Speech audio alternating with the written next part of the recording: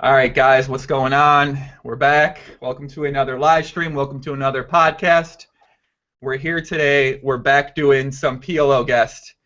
And my guest today, he's an award winner of the 2014 High Stakes PLO Awards that I came up with the categories and nominees for. He was nominated for two categories: Most Hated Poker Player on PokerStars and 2+2, and also Biggest Seed Scripter. And he won both. He's here now. Congratulations, Danfiu. Welcome to the podcast. Welcome to the live stream, my friend. Yo, what's up? I'm very excited to be here, and yeah, thanks for the invite. I'm very happy to have you. Obviously, you know, you're an award winner, so of course we wanted to have an award winner like yourself on. Do you want to give a quick speech just to accept your award, maybe give some thanks to the people that voted for you before we get started? I mean, I would like to say that first, I'm not really proud of those two awards, to be honest. And I don't really understand why people do hate me. It's like because of only scripting and stuff like that. It's like fuck, you know. It's like so. I would love to hear the reasons behind that, either in the chat or like maybe from you. But anyways, I would like to if I told you that I'm happy about the awards, but I'm sure I won't be most hated next year. So, yeah. Well, I have some ideas and I have some theories why you might be voted the most hated. And my theory is that you're the only real big seed scripter that actively posts on 2+2. And it seems like on some of your posts on 2+2, you kind of embrace the seed scripting, and that's going to rub people the wrong way, and that's going to make people want to dislike you, and then there's some chat. So I think when you combine all that together, you get the most hated person. Plus, I mean, there's no one else that's really hated on the forums because they don't post, because they don't, you know what I mean? Like, they don't want to deal with it. Yeah, but, you know, I'm not like a long-time 2+2 poster, and because I haven't really been on the scene, you can say, like on PokerStars and the forums. I've only played PokerStars like the last, whatever, like 6 months or so. And so I'm pretty like newcomer to the high stakes forums. So yeah. Well, sometimes people make a fast rise up through the most hated, and you know, congratulations, my friend. This year's your year, baby. I don't know. Maybe this year I'm gonna be the most sexiest. You know, you never know. Oh, I forgot. Well, so you were nominated. Okay, well, first of all, let me explain who you are to people, because some people that don't watch much. Someone said he's watching. My friend DC said he's watching on his phone while he drives on I-65 here in the States, and it's very bad weather out. It's snowing out, so we might have the first death of somebody watching the live stream while they're driving. So please buckle up and stop watching. But okay, so. Danfiu, he's been playing high stakes PLO now for quite some time. Mainly played on the untracked Euro sites before. That's where I first encountered him, and then he started playing on PokerStars. And he's very relevant or known for his seed scripting, and that he has the fastest seed script, debatably the fastest seed script. And a seed script is basically a program that automatically sits you at the table in position of a fun player. And he is known for using that very often. And he's also known for posting videos on the 2+2 forum where he's naked in them. And how else would you describe yourself, my friend? No, that was a perfect description. It was like, I did post those two videos. It's not because I wanted, you know, like, who the fuck wants to post naked fucking videos on the forums, you know? Me? Yeah, okay. Yeah, obviously, but like, you're not really mentally normal. Like, we can say you're a bit crazy, right? I'm a bit crazy. I'm glad my reputation's calmed down. I used to be very crazy. Now I'm just a bit crazy. That's good. Yeah, I know. All I'm just saying, I did post those two videos because I had to. It's not because I wanted to. So yeah. So man, listen, if someone out there wants to make me post some videos of myself taking off my clothes, that's fine. Go ahead and try to make me. I don't mind. It'd be kind of fun. So we are live streaming this, guys. Any questions, comments are very much encouraged and welcomed. We got a bunch of regulars out there right now. Tim Stone, Adam, Metalhead. Jacko? I don't know how to say Jacko's names. Are you good at pronouncing names, Danfu? What's that? Are you good at pronouncing a lot of the? Well, you are European. You're from Hungary. Yeah, that's correct. So are you pretty good at pronouncing names in the chat? Like I can't pronounce any of these names. Yeah, just say which guy? Jabinator. Jacko. I think Jacko's Jabinator. Jabinator, the Finnish guy. Yeah, I think he's Jacko, but it could be another Finnish guy. I'm not quite sure. Yeah, but yeah, whatever. Actually, now we're talking about pronunciation. People say my name Danfu, and you know, like to be honest, it's like if you want to pronounce it like 100% correct, it's like Danfiu. I'm not saying you have to, but it's like I just tell, and it means like Danish boy, because in Hungarian, like Dan means like Danish, and Fiu means boy. So when, for example, Isoljum, he always says like Danfu. Also, when we write on Facebook, it's like I always have the impression when he says like or writes like Danfu, or you say it's like Dan, fuck you. You see, it's like. I mean, I don't have problems you calling me Danfu, but I'm just saying there's an I before the U. So it's you know what I mean? Danfiu. Yeah, that's correct. Yeah. Oh, well, fuck, I didn't know that. Yeah. I'm learning my pronunciations today. Yeah. Danfiu. Yeah. All right, I'm gonna try to work better. We got Andreas out there. I know you're friends with Andreas, right? Scareboy? No, not Skedvoy. Big Sigia, my young Polish friend. Who? Andreas Fekatiti. Who the fuck is that? Well, I don't know. Maybe you don't know. Never mind. I don't know. Okay, I thought you guys were friends. Never mind. You don't know who each other are. Okay. Maybe we are. You know, like you know a lot of people on the internet. Like you haven't met and you just know his screen name and that's it. Like, yeah. That's true.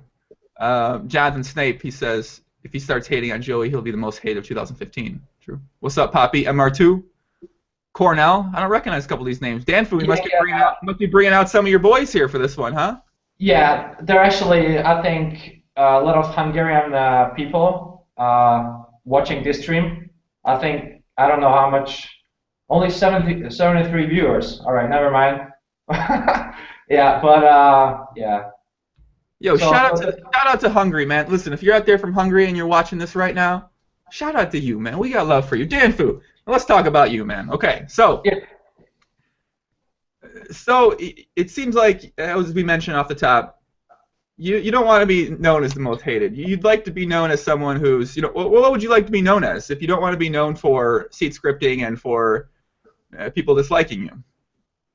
Well, this year I would like to have most improved and the guy who was like a pretty sick crusher, I would say.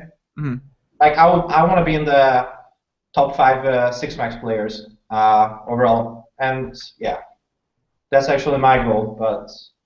But I don't really give a shit if people just gonna vote me the most hated also in this year. But you know, yeah. Okay, so why do you think that you got voted most hated? Yeah, obviously for scripting, and I have had some chat. Problems with, or not problems, chat, how do you say, like, wars with Lex. Ooh. Lex Veldhaus. Guest of the podcast, friend of the podcast. Yeah, my second best friend. Obviously, the first one is Alexo, obviously. Bang, bang, okay. Alexo, yeah, motherfucker. And, oh, yeah. And then, yeah, so I wrote something to Lex a couple of times, not like very offensive, but, you know, I told him that I don't respect you, I don't respect him, and I also told Bulitos the same, but it was like back in like June or July or something. And I have calmed down since then, but so I think people just hate it also because of that a little bit. Yeah. I mean, nothing special reason. For that they hate me. Just I post forums and, you know, I'm big and fat and kind of vulnerable in many people's eyes, I think. You know. That makes sense. So you mentioned, oh yeah, I guess I know what your height and weight are, but most people don't know. So you're the tallest person I know. I think you're actually the tallest person I know. So you're 6'8" or 6'9" in the U.S. whatever the fuck it's called, right? Yeah, I'm 6'8". In European, I'm 203 centimeters. God damn, man, you're so tall. Fuck. I want to be 6'8". God, how do I get to be 6'8"? All right, so you're 6'8". Last time we talked to you, you mentioned that you told us you were working at, you trying to get a little more healthy, I guess. I remember we had you on the end of one of the yarning streams back in September, and I know you mentioned it to us at the time. Yeah, that's correct. In 2014, I had money goals, you can say, but in 2015, I would like to have more like life goals. You know, how to be more balanced in life, and how to eat more healthy, and how to be more organized in many ways. So it's money isn't everything, and you know, so I would like to keep these two things in balance, because obviously I don't want to die in 5 years or 10 years or whatever, you know. So yeah, definitely. How old are you right now? I'm 25. 25. So your weight? What's your weight at right now? I know. Well, I don't even know, to be honest, but I have an estimation or estimate, because our scale is only up to 180 kilos, which is like, I don't know, 380 pounds or something, or like 400 pounds. So, and I'm over it, because if I'm standing on the scale, it just says error, you know. So maybe I'm like 400, maybe I'm 420, who knows. So yeah, but around, I think I'm like 410 or something. So I guess, so you're saying that because you might be tall, you might be bigger, that's an easy thing for people to attack on the internet, which is very true. That is something that people, as a default, kind of go to when it comes to, you know, if they want to be mean to somebody, they just kind of, you know, say that. Yeah, that's true. So I guess, so 2015, one of your goals is to get in better shape. Yeah, and I have made many mistakes regarding that. I have set many goals which were kind of unrealistic, in a way that I would have to drop this and this amount of weight, and those goals were very like not very what's that? Realistic. Yeah, yeah. Okay. So right now I'm trying to focus on first on short-term goals, and then to expand. If I succeed in them, then I'm going to set bigger goals. I like that. It's kind of like a gradual progression of things. It's like small steps, short term, and then if you can achieve those short terms, then you can start working more effectively to the long-term goals. Yeah, that's correct. I think it's Yeah. I think it would work out pretty good. I hope. No, Epic Purevid said something that he said you don't look that big to me. It's probably just because you're very tall, and that's what I was saying. You don't look very big to me. Like, you don't look that way. If you just look from where you're looking at now, it's not like you look like that big. So I think the height has a huge part to do with it. I mean, it's easy to weigh more than like a normal height and normal weight would be, just because you're so fucking tall. Man, I was actually thinking about this the other day. Don't ask why I was thinking about you, but I was playing basketball. I was like, God, dude, me and Danfiu need to get on a fucking basketball team. Yeah. I was like, I need Danfiu. I need him to not lose any weight. I need him to be the exact height he is, and I need him on my fucking squad. And then I was thinking, would people even play with us? I don't think they like. I don't think they would. I just think they'd be like, I don't. This guy's slightly too tall for me. I think I'm out. Have you ever played ball at all? Basketball? Yeah, but I think I did mention to you, like during my whole life, I've been doing sports very actively, but I have been this kind of fat since the last 4 years or something. But before that, I did play basketball professionally, like not on a high level in Denmark. I used to live in Denmark 6 years, and then yeah, I used to play basketball like 3 years or something. And yeah, that's it. So I like playing basketball. It's pretty fun. So not in my current shape, because yeah, conditioning. I'm sorry?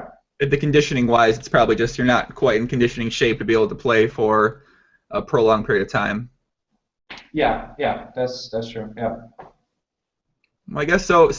When we speak of short-term goals, obviously I think setting goals is an important thing to have success in life and as a poker player. So you mentioned you're setting short-term goals right now. It kind of sounds like your short-term goals, you're trying to find that balance between taking care of yourself and also taking care of your poker existence. Yeah, because I think I have fallen into that trap, which I think a lot of poker players do fall into. It's like like sleeping schedule is very random, eating habits, and whatever social life is not so balanced or not so good. So I have fallen into this trap the last 3 years or something, or like 4 years. Hmm. And yeah, but I mean, I know a lot of people who live healthy, professional poker players, and have pretty good results in poker. So it's doable. It's just matter of like what you how to say it. What's important for you? It's just the priority. Yeah. What's Right. important for you? Yeah. Well, we had Greg Merson, the champ, on. We had him on again earlier this week, and he was talking about how one of his biggest focuses now is his diet and his lifestyle from that end, because he feels like that is one of the most like underrated and important things that goes into your possible poker success.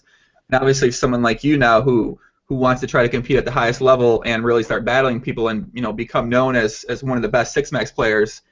It's kind of like any way you can better yourself to potentially get that edge in the games you're playing is probably something that you think about taking advantage of. Yeah, that's true. I think if I'm on a level right now, poker-wise, and let's say I'm on level 7, and I would like to reach level, I don't know, 8 or 9 on a scale of 10. And then I think the next step is very connected how I plan my life in a way. So all these things just have an influence on my poker. It's not like I have to do more strategy, and to analyze more hand histories. If you're not balanced and you're not mentally on the top and playing a game and handling downswings and coolers and stuff like that, so it's not gonna work out for you if you do like fucking, I don't know, 3 hours of strategy per day. It's not gonna help you. So I have actually realized that. Yeah. It looks like we got some people that know you. We got Edon Rump. That's my dad actually. What's up, Danfu's dad? What's up, man? See how Nice to be here. Yo, shout out to your dad. Thanks for coming to the live stream, buddy. Is Hannah your mom? No, Hannah is my dad's sister. I'm looking at her. All my fucking family is here, like almost. And my mom is not here because she can't talk English. You better watch that language when your family's around, my friend. Swearing for you, Danfu. Yeah. No swearing for you, buddy. Who's out here? Joe Torn. What's up, Joe? Welcome to the live stream, man. Said can't stay long. Bob Singh. What's up, Bob? We're here. It's cold. I'm freezing in my room. I'm wearing a hoodie. As you guys know, I want to wear a tank top. I put a blanket on my window here because the breeze kept coming in and it was freezing on my computer, so I had to do a custom blanket installation here. And Andreas is very tilted. You don't know who he is, by the way. You don't know Andreas. Andreas Facchetti. He's 6'7". He's married to a young blonde woman. They live in Poland. He plays full ring no limit poker. Oh shit! Oh, András Fekete. Oh, Bigacsira. Yes. Yes. Oh, obviously, I know him. Yeah, obviously, yeah. He's a good friend of mine. Yeah, obviously. That's what I was saying. That's my friend. We hung out a decent amount of time in Malta. I've known him for a very long time from full ring. Yeah. Yeah, that's my boy. I heard you guys are friends now, right? Yeah, like the last couple of years, we talk a lot on Skype, and yeah, he's pretty cool. Yeah. Yeah. But did you see what Timstone wrote? He said that his scripts sit him on tables with 5 fun players. He never plays against ranks, if I remember correctly. Damn, fucking Timstone. You like that guy, right? Well, I got it. Tim Stone was one of the first people I ever met at online poker back in 2008 or 7. So we started playing 10-cent, 25-cent. We started playing with like $200 bankrolls at the same exact time. So, and plus I've seen him in like 3 different countries. Tim Stone's awesome, man. That's my boy. You know what's my biggest problem with him, actually? What's that? Is that when he does write a post on 2+2, it's like full of mistakes. he can't write three sentences correctly. Yeah, he does that on purpose. Yeah, I figured, but oh yeah, he just want to look baller, I guess, or like motherfucker. Yeah. He wants to look something. Let's see, Metalhead, what's up? Rems, Cornell Bodrogi. Is this is one of your friends too, Cornell? Yeah. I haven't really met with him. He's mostly live player, but he's cool too.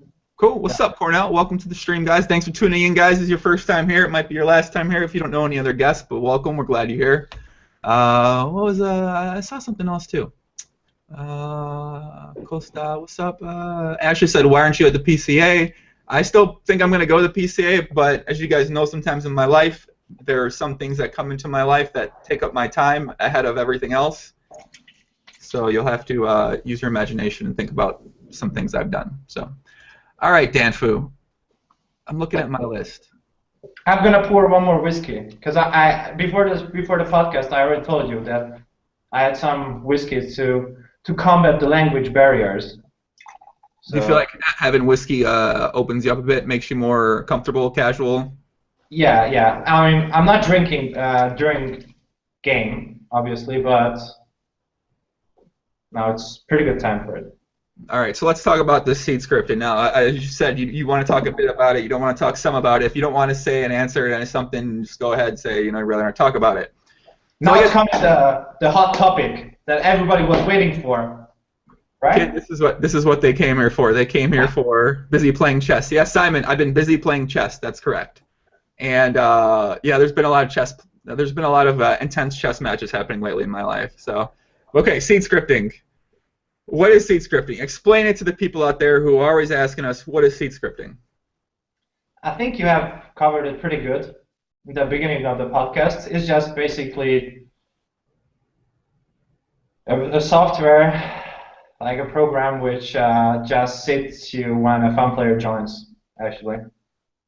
Okay, so it sits you when the fun player joins, and then so, what are the advantages of someone using a seed script? You can get tables pretty quickly. Pretty quickly? How do you acquire? Is this like a seed script? Is this like in the like a untracked Russian forums? Like where, people always ask like where can you actually? I don't want to answer this question. I don't even want to know. I don't want you to say the answer to this question. You think I would answer for this question? Obviously no. Like that's like the only question I'm not really going to answer. Like where I did get the script from, obviously for obvious reasons.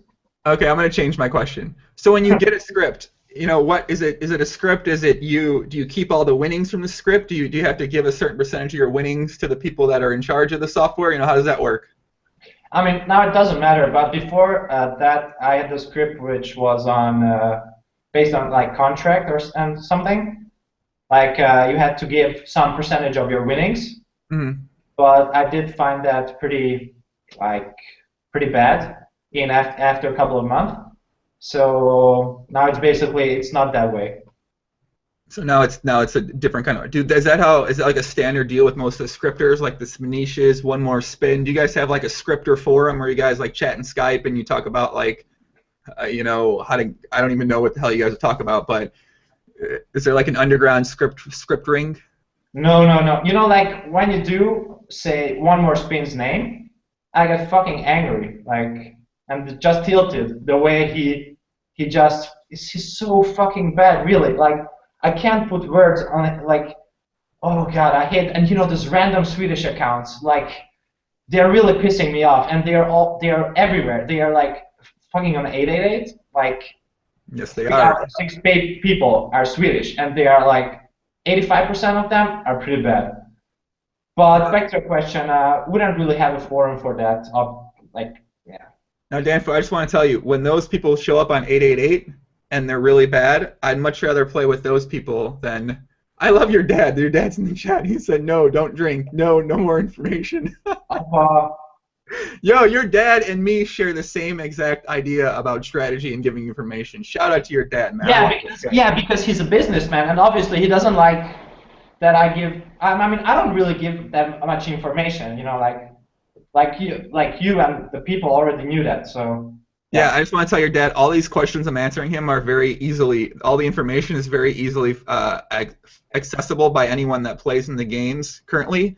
So these answers are more for the people that are more unfamiliar with seed scripting. So we're kind of just giving it we're explaining it a bit more. And as Danfiu is someone who actively participates in that, they'll listen to his answers because they know he does it. Whereas someone like me who already is plays the games, active in the games, I already know all the answers to the questions. So but I'm asking them for people who want to know more about them. So ask him how did you get into the seed scripting? Where did you? It's not that taboo. You just order a fucking script. You find someone that has a script and you get it. Like it's not like a very hard thing to get into. I don't think. I mean, yeah. Before that, I didn't even know what scripting was. I mean, I think yeah. Just one of my friends told me that I would have this option, and yeah, I tried it and I liked it. Yeah. I can't even pronounce this guy's name. Gibrita. Yeah, he's Gipoli on on PokerStars. What's his screen name? Gipoli. Zsipali. Oh, I know that guy. What's up, Zipali? Nice to see you. He's a very good friend of mine. Like I have known him for like I don't know 5-6 years. He's playing now 401k, and yeah, that's it. What's up? He says, Joe, ask him how it feels when you go home for a holiday 3 days earlier when your script stopped working. What the fuck he asked? When you go home from a holiday 3 days earlier. Oh yeah, because we had they have like a fishing farm in Hungary, and it was like I had problems with my script, and then I went home because of that, and he just makes fun of that. Yeah. Are you allowed? Can you play poker without the script though? Yeah, obviously. Yeah. Why don't you just play poker? I can play Zoom. I guess that's true. MR2 says not only 888 has seed script, but is full of poker bots as well. Now I got to tell you, MR2, if 888 has poker bots, I'm somehow beating the PLO poker bots on 888. So don't be too scared off by the idea that there might be bots on 888 because that site's a very profitable site to play on for people if you're playing PLO. Jonathan says, Joey, if he's 6'9", probably don't want to invite him to you and your bros stick up. Yeah, probably not. It's true. I don't want to get into that comment because we got your family in the chat right now, but they are cool. Whatever topic comes up, I'm ready to answer. Yeah. I don't know if their parents want to hear about this topic. Yeah, sure. Okay, I'm not going to talk to you about this. I'm not going to bring up the dick off, okay, in front of the parents. If your parents leave, we'll get into the dick off potentially, but I'm not talking about the dick off. So, you said that you think that you can beat 5-10, 10-20 right now without a script. You think you could beat playing against regulars in the Zoom pool and in the 6-max non-Zoom pool? Yeah, that's correct. Yeah. So I think I'm one of the guys whose script that won't have problem after if, for example, PokerStars will ban scripts. So I'm not really worried about that, and I'm kind of transitioning from using a script to prepare myself for after that period, Interesting. So you're just playing more volumes with more volume, more hands in tougher lineups without using the script, then, or what? Is that what do you mean by that? Well, no, I'm not really playing regs heads up and 300 if I are two pretty good regs. But obviously, if the fun player leaves, then the whole table breaks. Obviously, so weak players don't even stay at the table for in the first place. Well, sometimes you'll have a bunch of tables where it's regs playing. There's 6 regs. One might be a bit more fun reg than the other ones, and then 4 or 5 good players. Do you ever play in those games now to see what you got, test yourself, or what? Yeah, I do usually do like this. If I have a lot of tables, usually I play between 4 and 6 tables, because I always preferred quality over quantity. Mm-hmm. And then if I do have these amount of tables, and I have a 10-20 table where 4 good regs and 1 bad or mediocre reg plays, or play, then I'm not joining because I already have the number of tables, so no need to join. But if I do have like 2 or 3 tables, then I might join that table. So yeah. So I guess ideally, if you want to get to be one of the top 6 max players, you're gonna have to be joining those tables all the time for the most part. You're gonna have to be playing in those games to get to be that good, don't you think? Yeah, I know. It's just yeah, by joining those games and playing versus better players, it just makes the improvement process much more faster, I guess. I still feel like that I'm improving, but I could improve a lot faster if I would play, you know, those best players.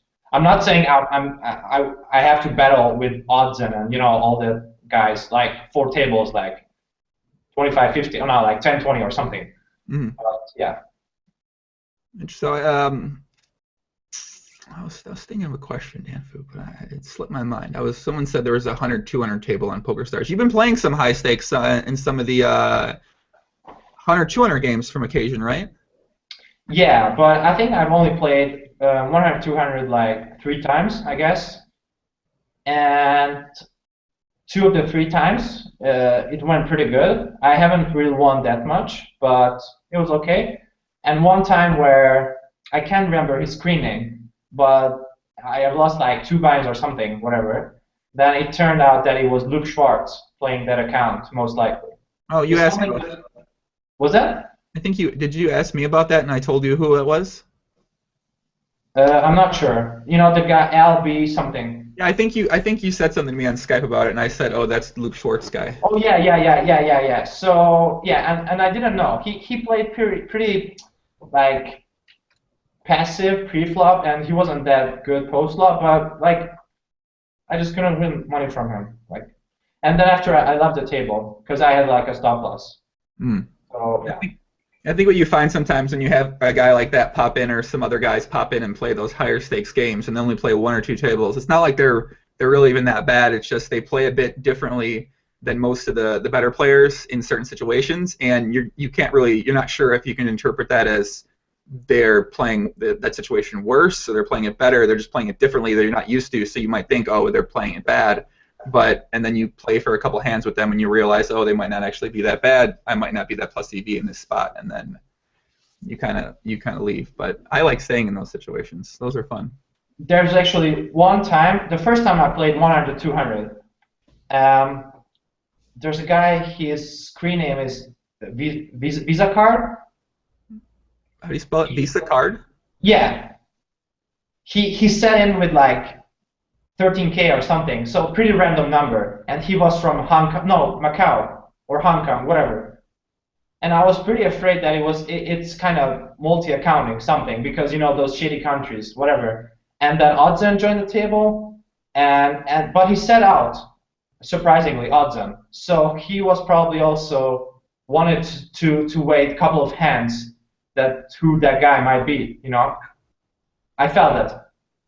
Well, I think Adson, he doesn't care if it is a multi-account. He can tell him like I'm not the person who started this account, and I think Adson would still want to play the guy. So Adson, he's like crazy. He thinks he has an edge against anyone in the world. So probably almost. Yeah, you know, he's Scandi. Scandis have a lot of egos, like most of them. Yeah, I could see. I mean, you go on a couple $1 million upswing. It's sometimes easy to have an ego, I think, for most people. So okay, Ballinit. Who the man? I cannot go to Hungary. Balint. If I go to Hungary, I'm not going to know how to pronounce anyone's names. He keeps saying, and Cornell said, talk about your lost prop bet. What was the biggest prop bet that you lost? Biggest prop bet I lost? Yeah. Actually, it was like there was one where I had to run naked at the Hero Square in Budapest. But it was like 2 years ago, and there were like I don't think I've told you, but I got pretty drunk before the bet. So okay, I'm gonna tell you. It was like 2 years ago, and then my roommate and me we made a prop bet that I'm gonna lose 50 kilograms under 5 months. 5 months, yeah. And I didn't do that, and I had to run naked on the Hero Square, and there were 2 cops at the square, and it was like fucking summer, where you know a lot of tourists were there. Yeah, So and I think it's like 100 pounds. you had to lose 110 pounds in 5 months, or you had to run naked through a town square?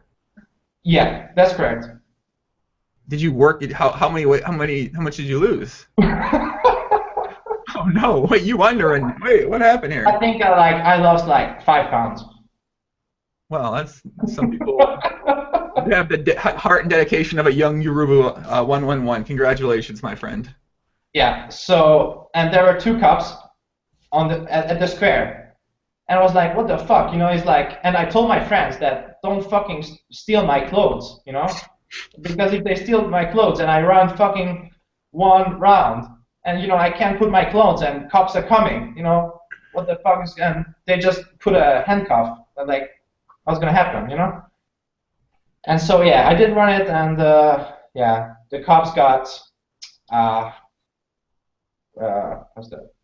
They were just looking another way, so it wasn't a problem. And the second prop bet, it was like a couple of months ago. Me and my friend, we were at the wedding, and we were eating soup, and I put many chili in the soup, and he was like, David, like, why do you put that many chili? And I was like, because I like it. And he was like, I bet I can bring you a chili which you're not gonna eat. And I was like, all right, man, let's deal, you know? It's like bet, yeah, just do a bet. And so we did the bet, and then a couple of weeks after, he brought me like this chili. It's called Ghost Chili. It's the second strongest chili in the world. Ghost Chili. Just you can just Google it later. And then obviously I couldn't eat it. I was like, I tried for 2 hours to eat this fucking, I don't know how big is that. And then you know I was like, damn dude, I can't eat it. Like I drank like 1 bottle of milk and you know like everything I could do. I was like, dude, I don't want to die. I lost the prop bet. All right, so what's gonna be the punishment? I asked, and after a couple of days, he told me that all right, from 1st of October, you have to do 15 times a month exercise, minimum 1 hour per day, well 1 hour per occasion. Okay. So basically 15 hours exercise a month. And if I don't do that, for example, let's say if I do 12 times a month, then I have to do 3 exercises. No, 3 retarded things which I have to do.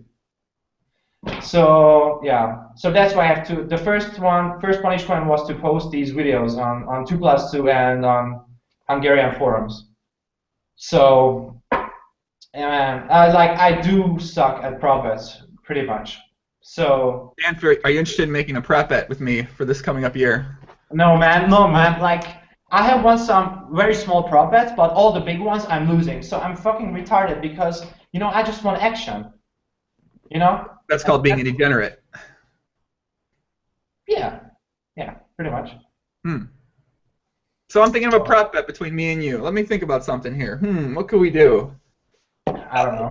What could we do, Danfiu? What kind of prop bet could we do? I don't even know. I don't want to do anything. I only want to prop bet Alex KP right now.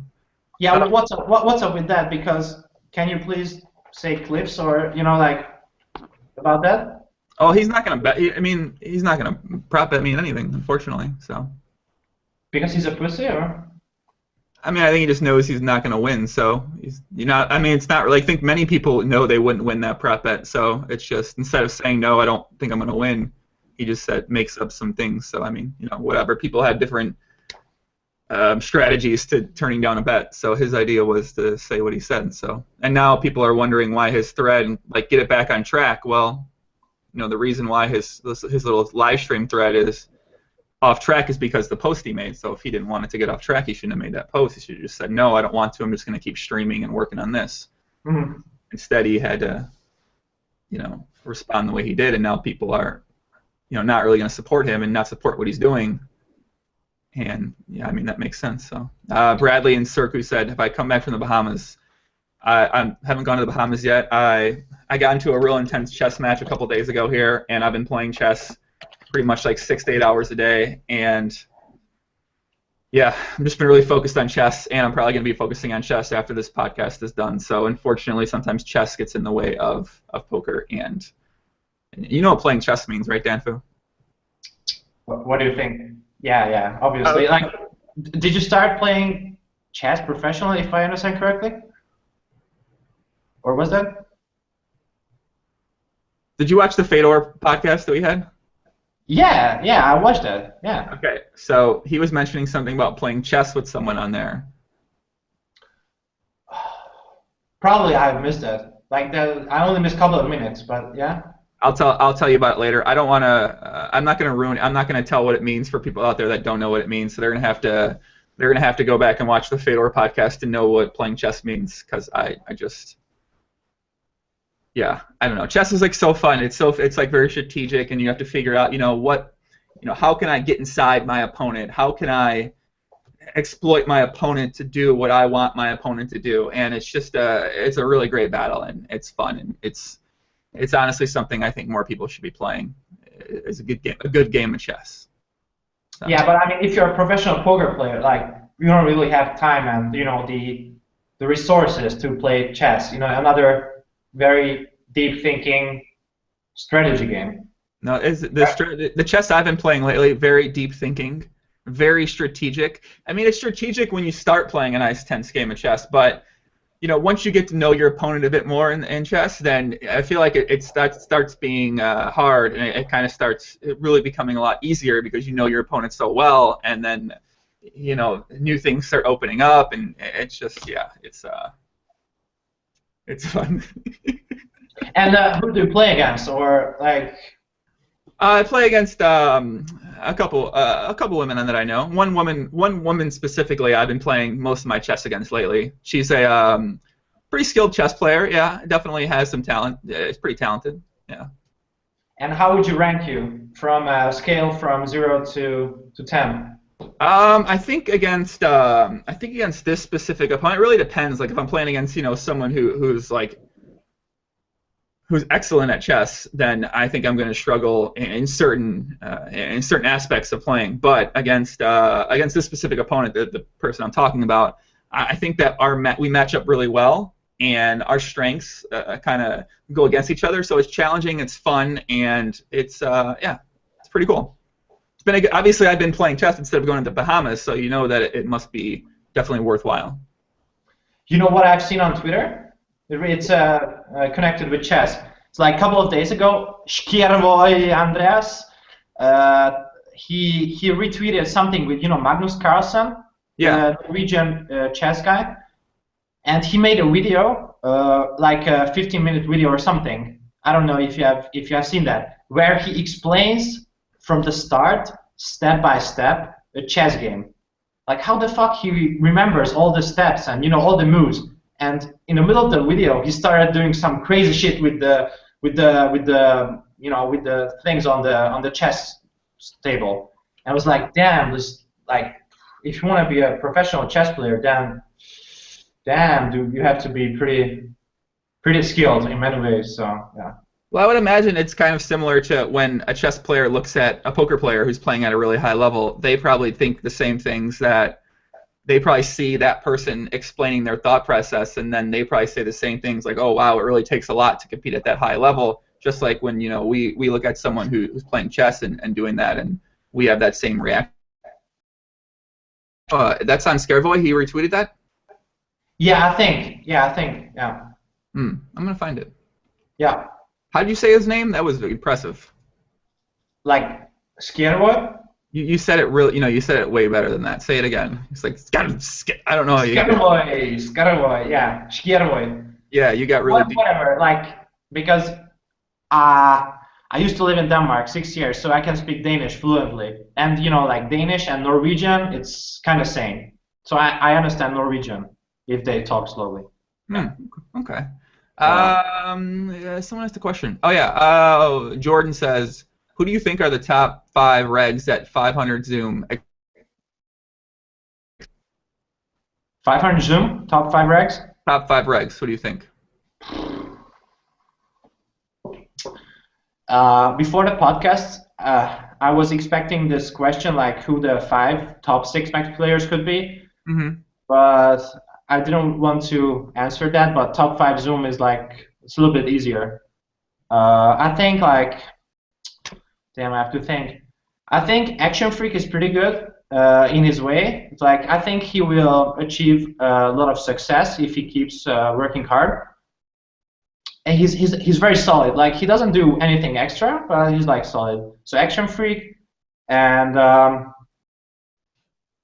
there's a guy who seems to crush, the German guy, but I don't think he's that good. Like Kropchinovic. What's the screen name? Kropchinovic, German guy. I think I've Russian PTR'd pretty much everyone that plays 1-2 up when I was looking for the up and comer award, and there's a lot of 2-5 Zoom guys who you like see their graph and you're like, what? Who are these people? Like it's not like they're not up a ton of money on Russian PTR, but obviously Russian PTR only tracks a certain percentage of top hands at 2-5 Zoom, but they're definitely doing pretty well, and I think that was one of the guys I looked up. He seemed to be doing pretty well. Yeah, and it's pretty interesting that one of my friends on Stars, his screen name is Omaha for Rolls. He started playing PLO, like he doesn't really play PLO that much, but he started playing PLO like a couple of months ago. And first, like when I was in Baden after VPT Vienna, so it was a couple of months ago, he started playing PLO 100 Zoom, just to make VPPs and stuff like that. And last month, he, according to Russian PTR, he won like 70 or 80K on Zoom 500.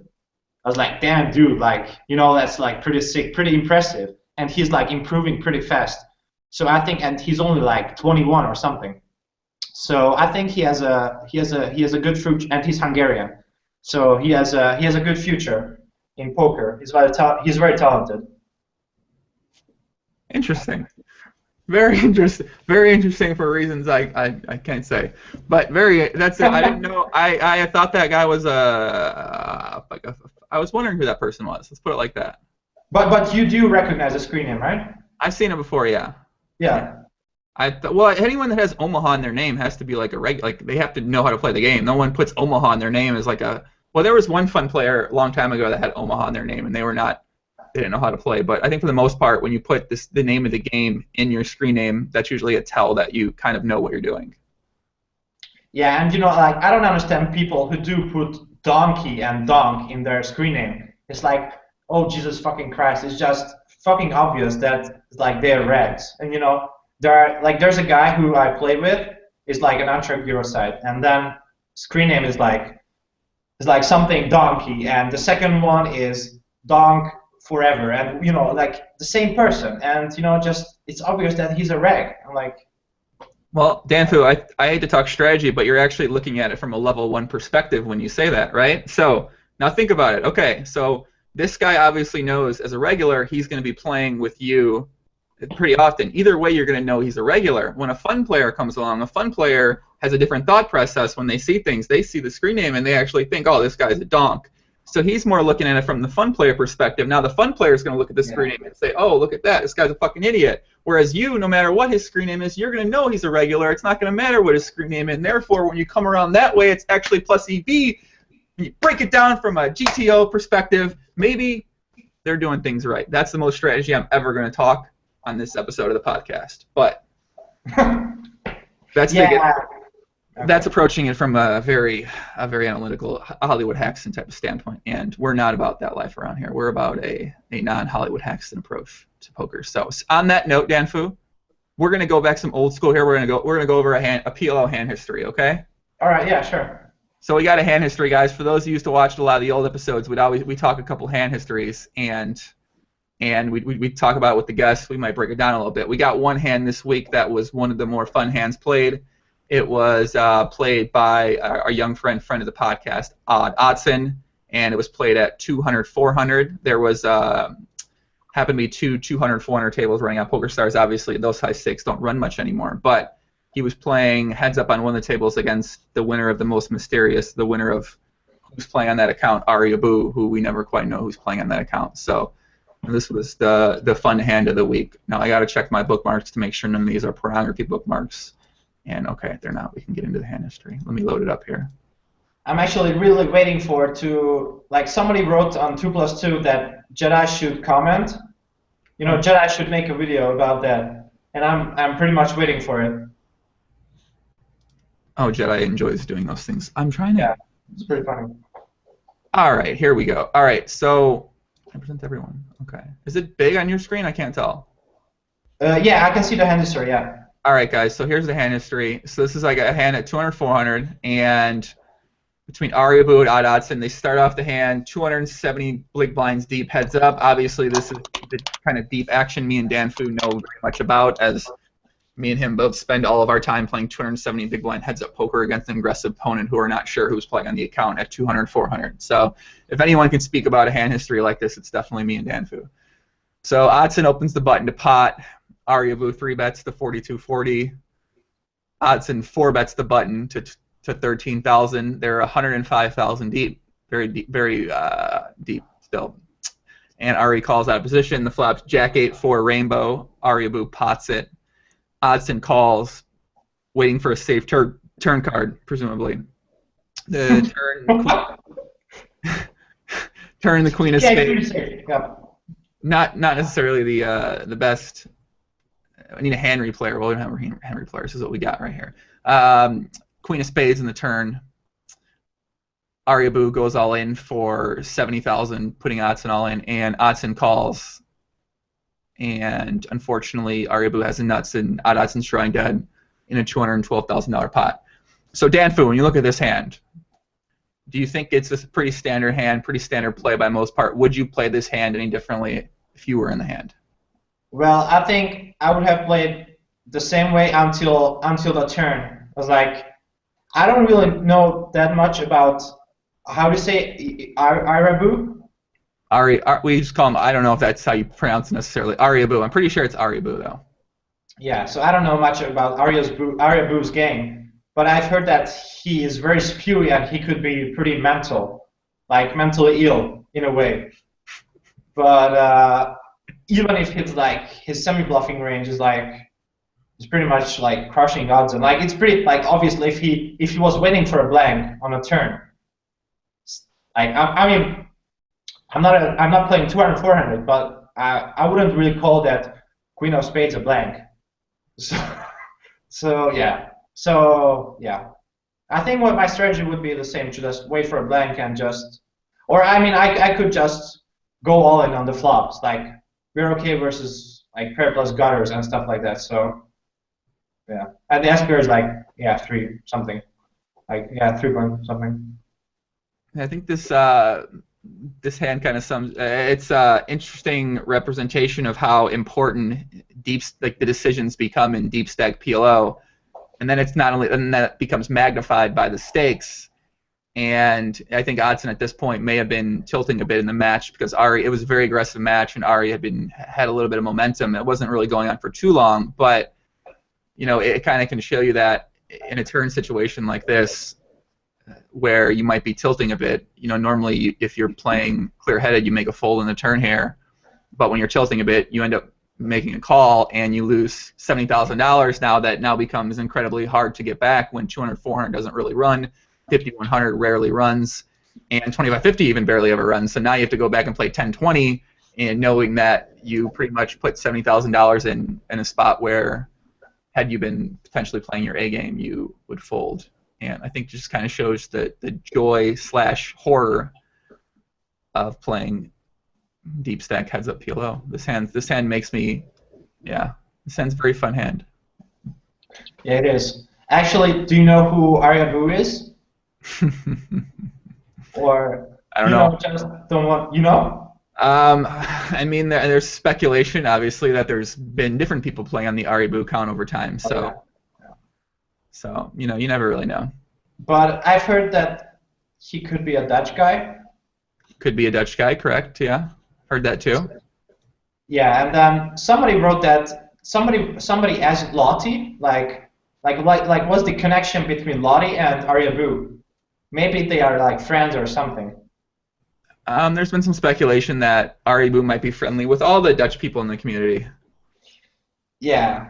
But I'm gonna get to the bottom of it before I die. If I have to spend a year of my time in the Netherlands, in Amsterdam, I'm gonna get to the bottom of what the fuck happened with Aribu the last 3 years, because I'm genuinely curious exactly where he disappeared to for an unknown period of time.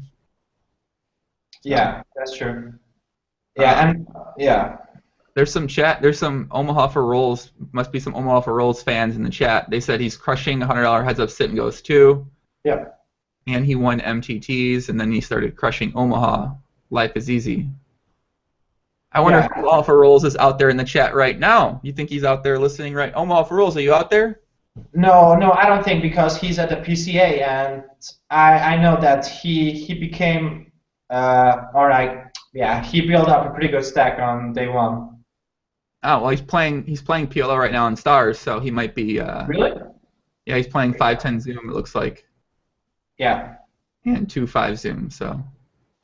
So yeah. What did someone say? I'm firing shots at. No way. Can't. Adson's the king, man. No, Adson's one of my.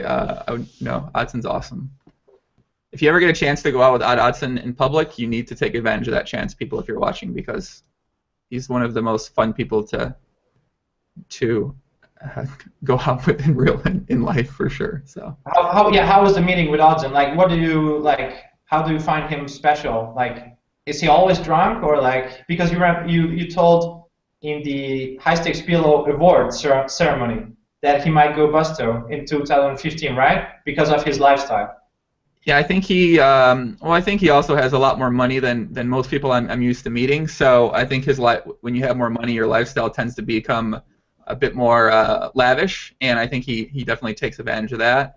He's very, as compared to most poker players, he's very aggressive when it comes to just talking to women, and that's obviously something that's a kind of trait and quality in person I look for, because that's kind of how I am in a way.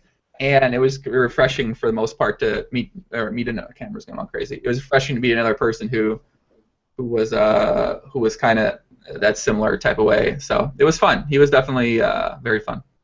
So Daniel says, haha, he isn't PCA. Is this Daniel guy him? Omaha for is Daniel like? No, but he's a friend of mine. Oh, okay. I've seen him in the chat. I've seen him in the live streams before a couple times. Yeah. So, I guess you mentioned earlier that your two biggest, the people you were up the most money against are our Chilean mining friend Alexo18, and who is the second guy you said? That I'm up against. I'm like up money against. Your two best friends. One was Alexo, and one was Lex. Oh, Razzie, yeah. So would you say, I guess when you think about the regulars in the games, who do you think are some of the worst regulars? I guess is Lex someone that you think is not very good? Right, yeah. Well, okay. I think he has improved a lot, to be honest. When he did play 1-2 on like fucking 20 tables or like 16 tables, then his game was pretty rusty and pretty static, you can say. And then I know that he got coached by, I don't want to say who, but I know it's 100%. It's a Dutch guy. He was coached by, and I think his game has improved. And now he's only playing like maximum 8 tables or something like that. So, but I have respect for him as a volume grinder. Mm-hmm. So I wouldn't really rate him as a top player, obviously not. But as a volume player, I have respect for him, and yeah, he seems like a cool guy to hang out with. When I watched the podcast, because he had 2 podcasts, right? Yep. Yeah, I think I watched the second one. So yeah, he's just a cool guy. I think all the Dutch guys are pretty cool. When I saw your Facebook with the Dutch community. Mm. I couldn't really see. Oh wait, you haven't posted a picture of Kobus, right? I think I haven't tagged him, and I haven't said who he was in the picture, but I think he's in a picture though. Oh really? He likes to keep a low profile for I think a number of different reasons. So I don't, I'm not my place to really say who he might be. So, but I think if you want to figure it out, it'd be easier to figure out. So. Did he tell you? Did Kobus tell you how the fuck he clicks like so fast before every decision? I tried getting, I don't know, his answer was, I just dance fast. I just move fast. Okay, I'm like, shit, okay. I believe you, Kobe. Like, take it easy. You don't gotta, please don't click my, I feel like he could murder you with like one swipe with a very fast, just like chop to your neck and you wouldn't even know what happened. You'd just be dead. So Kobus is definitely, he's got a talent for the speed at which he lives life with, I think. Yeah, I've heard from a number of resources that people get tilted so easily because Kobus just fucking clicks so fast. And myself was like, it's very tilting. But and then when you see his Russian PTR and you're like, wait a second, could this be a robot? He's crashing? Yes, he was like the fourth biggest winner on stars on Russian PTR. And actually, I checked it. MOP was #1 after it updated. Lottie was #2, and Barry Sweet was #3. So MOP was up like 1 point something million, and then Lottie was up like 900,000. So, okay. Yeah, so Barry Sweet technically wasn't the top winner on Russian PTR, which is what I initially said when we checked it during the live stream. So. Yeah. So I guess when we think about what your plans are here coming up, over the next 3 months, do you have any travel plans? Is it all poker plans? Is it a workout plan? Like, what do you got planned here coming up? Well, my friends and I, we're going to travel to London just from the 19th of January until the 26th to the UK IPT. To just play a little bit cash game, and maybe I'm not gonna play because I don't really like playing live cash games because I think they're not worth, and I'm not really that good in live compared to what I think I could win online. So, but I think I'm gonna just hang out or like just grind on the internet while my friends are playing online, and I have a plan moving abroad to England for obvious reasons, and then that's it. And I think I'm gonna just look for apartments. So you're planning on moving over to London then? Yeah. Okay. Most likely. Most likely. So I guess poker-wise goes, do you have any kind of plans, any like approach that you have in mind what you're gonna do for poker? Or you're just gonna keep on status quo, just keep putting in hours, putting in hands? Yeah, I mean, I would like to reduce the number of hours I play, but the quality should increase. So far it's been going pretty good, but obviously it's like only like 9 days. But I just wanted to be stable. Like I was thinking like why Room is winning that much, and I realized like the top players have a very, very solid game, so they don't really make many mistakes. Most of them, a lot of them don't really do anything extra, but they don't really make mistakes. And that's like a crucial part if you want to become a very, very solid winner. I'm talking about 10 EVBB plus per 100, because those players I do respect if they have a win rate over that. So, yeah. That's it. But I don't really have that much plans beside that. I just want to improve myself and getting coaching and yeah, like a lot of guys ask me if I do coaching, but I said no. Yeah, so there's been some speculation on the coaching forums that you were thinking about getting into Run It Once potentially. Who told you that? Listen, man, I know things. I know a lot of things. Let's just put it that way. Come on, man. Come on, man. You have the connections, right? I know so many things about so many different people, but I gotta keep things quiet. But now that you're on a podcast, I can ask you about it. So what's up with this? Thinking about getting into the training video game or what? No, man, no. I definitely not. Like, I know somebody either from the coaching staff in Run It Once, or either one of the high stakes players did recommend me as a coach for Run It Once. But yeah. But you decided I'm not gonna be a coach. Not gonna be a coach? No. Okay, good, because you know how we don't like strategy around here. technically. No, man. No, man. I mean, it's not worth, like, yeah. Do you think as a coach you'd have something to offer? I mean, I think most people would see that you might only have your winnings from using the seed script, that if you were playing in these games without a seed script, you might not be winning in the games. Well, you know, those people I don't really care about because I know my skills. I know what I'm good at. I know what my competition is ahead of me, like in what things. So I don't really care about those people. I just play my game and that's it. Well, ideally, if you wanted to be not most hated, if you wanted to be looked at as one of the better players, in theory, if you were to make training videos and assuming that the way you talked about the hands and you talked about poker in general came off well, that would actually do positive things for your reputation and for your credibility, which is one of the reasons why somebody might want to start doing training videos. Have you ever thought about it from that standpoint? Like to get more recognition and just fame? To get more respect from your ability, because right now people might look at you like, oh, this guy ain't shit, fuck this guy, whereas, you start making some videos and you explain your stuff well and your content's good, well, then some people might start thinking about you from a different standpoint. Well, actually, there's a Finnish guy who told me on Facebook that he views me as a bum hunter, but like a really good bum hunter. So, but I would really want to get respected because my results, not because that I'm doing coaching. So poker, I think, in my eyes, is about money and EV. But there's a small part which says I have to give something back to the community, obviously. And I haven't really done this part so much. And I don't know, man. I just want to crush and get respected by that. I mean, I think I have a good win rate, but still, it could be better, obviously. And if I could play the best guys and have the same win rate. So yeah, that's my.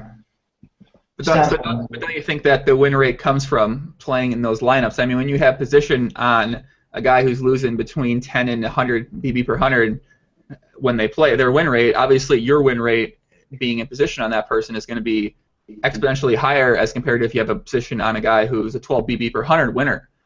So obviously when it comes to your own results and your own graph, that's going to greatly affect it for the positive. I mean, you're going to look like, if you're only playing in those games for a prolonged period of time and you're putting in hours, then your results are going to be pretty good.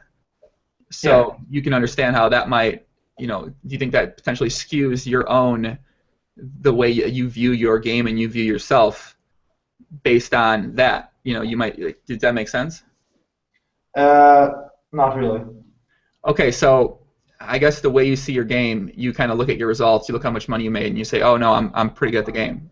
But when you think about the people you've been playing with and the seats you've been in and the games you've been in, your win rate in those games should be that. Like, that's idea. If you're not winning in those games, like, that's borderline and almost not to say impossible, but it's super hard to not win in those games.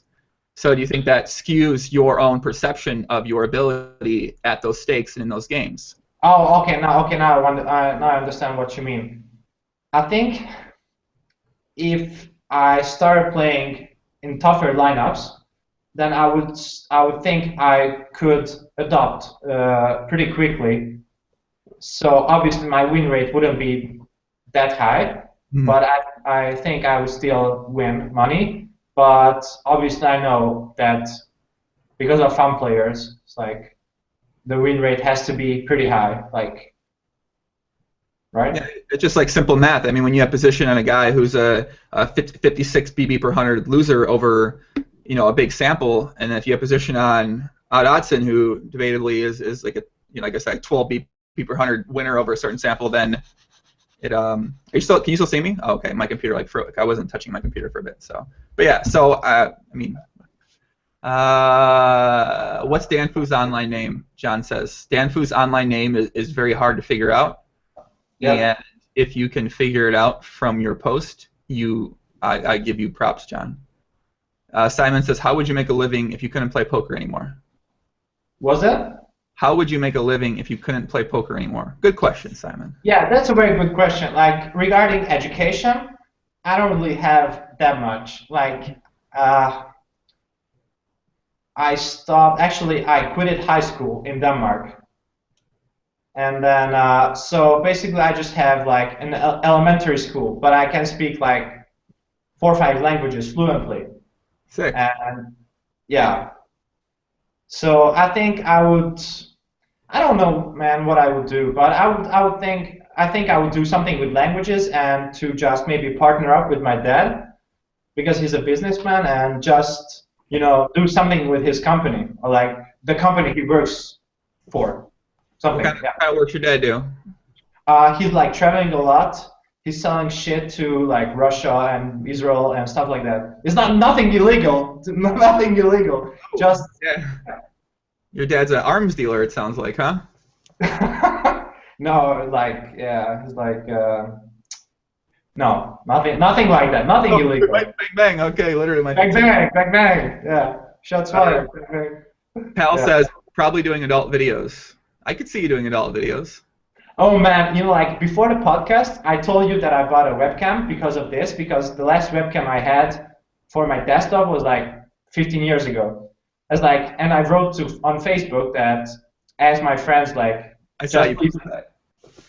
But I wrote it in Hungarian. Yeah, well, but yeah. Facebook it says cease translation, and you translate it.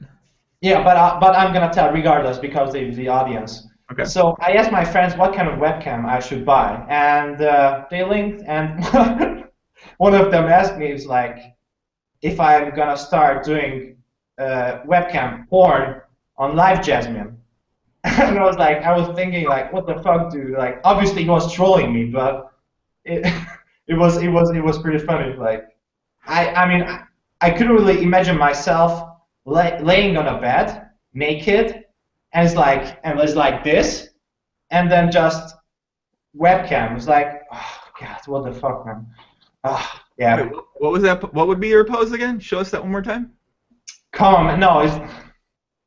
Wait. Don't make me look awkward. No, you did a pose. Wait, I gotta go back to you. Gotta talk. Hold on a second. Do that again. Do your pose. Yeah, like this. It'd be like something like this, like a.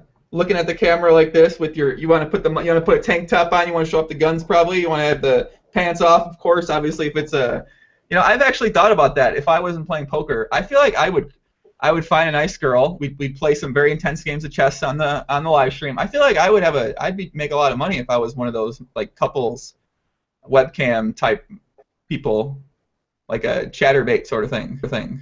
Yeah, because you're that type of guy, right? I mean, don't get me wrong. I could, if you didn't do this and poker, I could really imagine you by being like a male. I don't know how to say, like a male whore. You know what, Danfiu? I can imagine myself being that too. So I know what you're saying. Yeah. Okay, yeah. Let's go down the list. Wait, what else could you imagine me being? If male whore is number 1, what would you say are 2, 3, 4? What else could you imagine me being if I wasn't doing this and playing poker? Drug dealer. Okay, drug dealer 2. Okay. And then, man, that's tough. Like, oh yeah, I know. Something with sports. You do teach sport to small kids. Right. I could see that. Okay, so either a male whore. Yeah, that's number 1. Drug dealer or someone who teaches kids. Yeah. Okay, I can see that. When you say male whore, does that mean I'm fucking for money, or am I just a webcam? Am I a porn star? Like, what do you mean by male whore? What exactly do you think by that? So you can just divide your range into 2 parts. Like first, like escort services to follow women. And then, to be with her, and and then fuck for money. Like I combine the 2 things. Yeah, I think you would do a pretty damn good job in that. I think what happened though is that eventually one of those women that hired me, they would end up like taking a liking to me, and then we would potentially get together, and she would give me money, and then I wouldn't need to fuck for money from that point on. I think that's like the standard. like what happens with most women out there who get into that profession. Now, I don't know many women. I know a couple, but I don't know many, so I can't speak if that's for sure. But yeah, it's nice to know I always have that to fall back on. Yeah, I think I'm not the first person who mentions it, right? About the male whore. Well, I mean, technically no, but I could see that. I mean, I don't know if I think that's a compliment in a way, but at the same time, it's not a compliment. But I'm not, it's like a balanced comment you say to somebody. Yeah. Now we're talking about women. What's up with you and Ebony? Because oh, bang bang. bang, bang. Okay, what do you mean by that? Because I think you said something that you want to make her pregnant, or it was a joke. Well, no, I look at the statement was I'd like to have a black child, a half black child, because as I enjoy basketball, I'd like my black child to play basketball with me. Therefore, I would need to meet someone who's half black, half white, or black. And Ebony, someone I know who I already have a relationship with, would be the perfect type of person. I feel like she's short though, so I might need a taller black girl from a GTO standpoint. I might want to find one with a bit better height, but. Yeah, that's what I was talking about from Ebony's standpoint, though. But yeah, we're friends. We're going to Coachella. It's a music festival here in the United States. Me, her, and my little bro. We got 4 tickets. We got 1 ticket left. And yeah, but she's cool. There's nothing, no real intense games of chess lately, though. Nothing really, nothing from that standpoint. So. Okay. I mean, you seem to have very many like girlfriends. That goes along with this male whore thing you're talking about, right? Yeah, there's like a big connection, right? There really is. Now, yeah, I mean, I don't think anybody else is watching. I don't think any women are watching this at hour and 15 minutes in. But, I can't. I don't know what to tell you. I mean, sometimes it just happens. Like, you know how it is. Like they say, like you're the ladies' man. Who says that? Just people in general. People say that about me? Yeah. Oh wow! Who are these people? Tell me more about what are they saying? Wait a second. Also, I think when you had the first podcast with Ebony, she told you that you're no, it was like Lauren Kling. Oh, LK said that, yeah. Yeah, she said that you're a ladies' man, Joe, and yeah, she looks so cute. Lauren Kling? Yeah. Ooh, are you interested in her? No, because she has like a hairy asshole, right?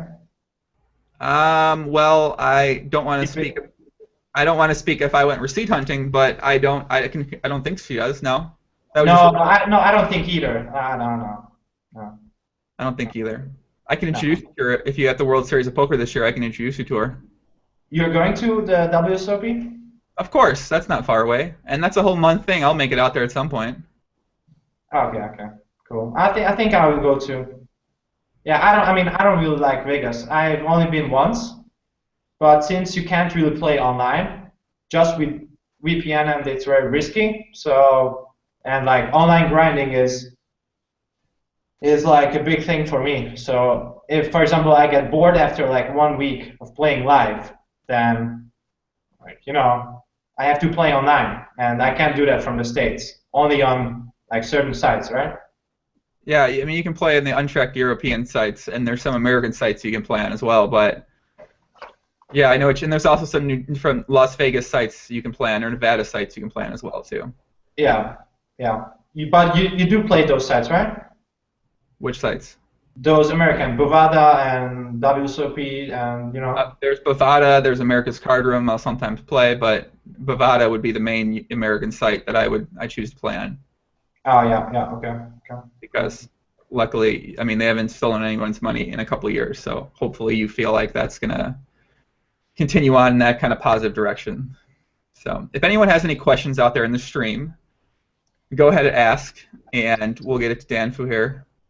I was actually before the podcast, I was like expecting a lot of people coming and giving kind of hate towards me, but reading the comments, obviously, like half of the people are my friends, so they're obviously not gonna write bad things about me.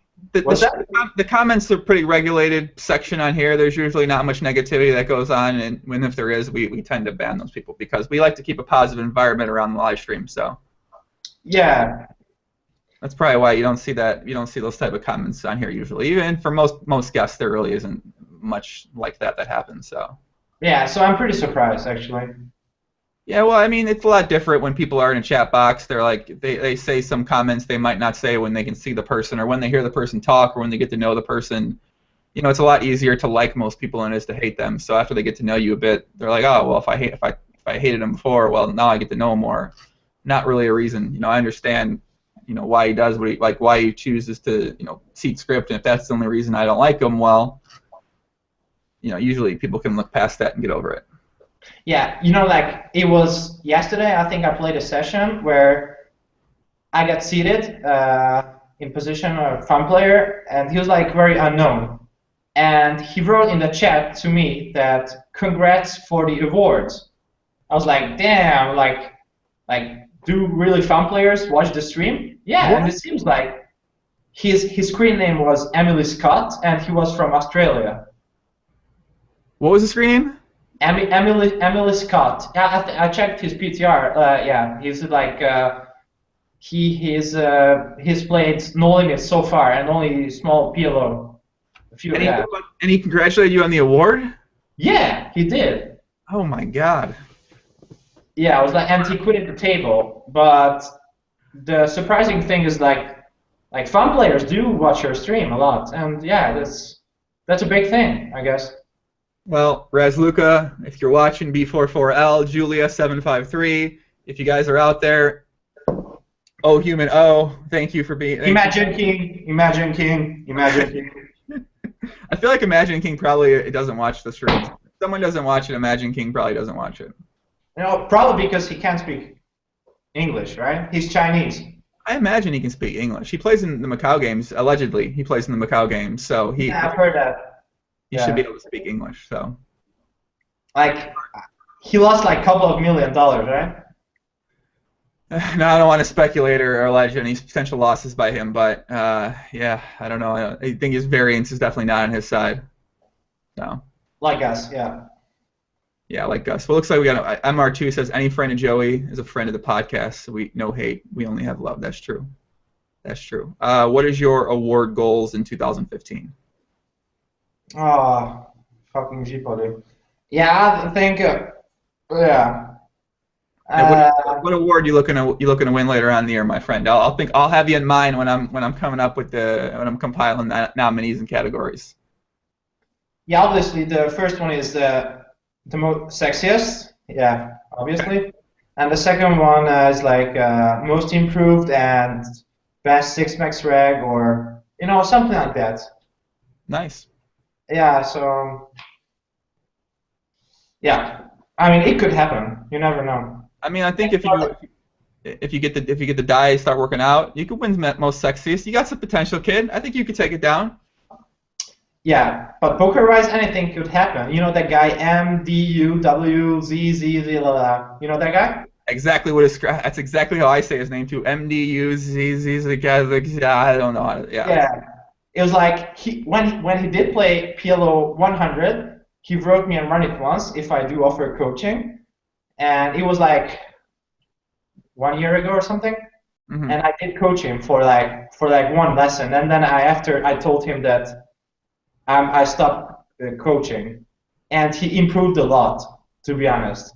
And I think he has him when you did the awards, like the upcomers or the upcomers, like the Nasilita and the Slowboy and Extra Freak, yeah. Yep.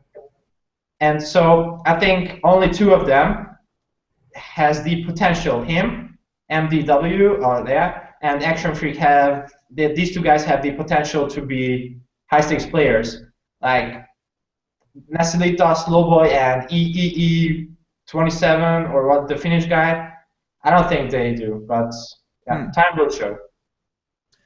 Well, I'm excited to find out. Thank you for coming on. I just want to let people know the next podcast. This is the podcast everyone's been waiting for. Is the next one I'm doing on Tuesday, and my guest is going to be the legendary, the infamous Sticky Rice 1. I haven't told anybody. I only put that in his thread on 2+2. I haven't told anybody yet, but 9 a.m. Pacific time 12 a.m. Eastern Standard Time, Tuesday. Me, Sticky Rice. He'll be on a podcast. We're going to talk to him about. We're going to ask him. We're going to talk to him. It's going to be fun. So that's coming up. Danfiu, where can we follow you at Twitter, Danfiu, if we want to stay interested in your 2015 pursuit of life, love, and happiness? At Danfiu, correct? At DANFIU. Correct? My Twitter? Yeah. Yeah, DANFIU. Yeah. All right, at Danfiu, me at Joinger1, and that's it, guys. Thanks for tuning in. Thanks for the questions, Ben, Epic Pure, Ben Hellstrip, Jonathan Snape, Macy, Kernel. Thanks to all the guys that are friends with Danfiu that tuned in. Yep. And that's it. You got anything else to say, buddy? No, I was just expecting you to ask me like if I want to do some crazy dancing, but now it's whatever. I got to pee so bad, man. I got to be honest with you, and I don't want to go. No. Your family's here. I don't want to piss in the bottle during that. But we'll probably have you back on again sometime soon, and we'll do a little dance off and a little rap battle with you. I kind of forgot about those things. I didn't have them on my list. It's been a while since I've challenged someone to do a dance battle or rap off. So. Yeah. Well, what you want? Wait, you want to dance off? Is that what you're trying to say? No, man. Next time, if I'm gonna drop some weight, then yeah, sure. You want to rap off? You want to do a rap off real quick? No. I'm real bad at it. So. You want to do a dick off? What do you want to do? Come on, man. No. Take it out. Let's dick off. Let's go. All right, next time. No. Okay. All right, guys. See you soon. Thanks for tuning in. Danfiu, thanks a lot, buddy. All right, peace. All right, peace out.